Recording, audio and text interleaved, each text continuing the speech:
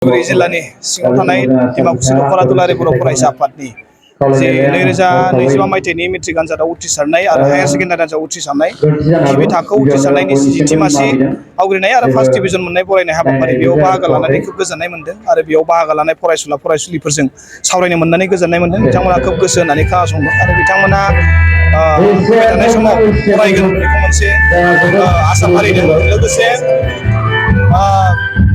जा फरायसाफ्रा फरायजाबाय बिथांमोनखौ आं खावलायगोन 2 बोसोरनि उनाव बा ग्रेजुएशननि उनावबो बिथांमोना आरोबाव बिदिनो फरायजानो मोनो आरो बिथांमोननि जिउआव जाहाथे मोजां मोनसे लामा हान्थिनो हायो। लोगोसे डिमाकुसि ओनसोलाव सासे राफोद सुबुं सम्पद ओंखारगोन आं बेखौ मिजिंथिदों आरो दुलाराय बर' फरायसा आफादनिफ्राय बेनिखायनो बर'खौ गेरेमसा माहारि लाखिनो थाखाय बिथांमोना एसेबाबो बाहागो लागोन आं बेखौ मिजिंथिदों। मटिभेशनेल प्रग्रामफोरखौ मानो गोनांथि होननानै मटिभेशन प्रग्रामा जोंनो जोबोद गोनांथि। जों मानोना जों गाव हारसिंनो गाव सासे मानसिजों जानो हाया।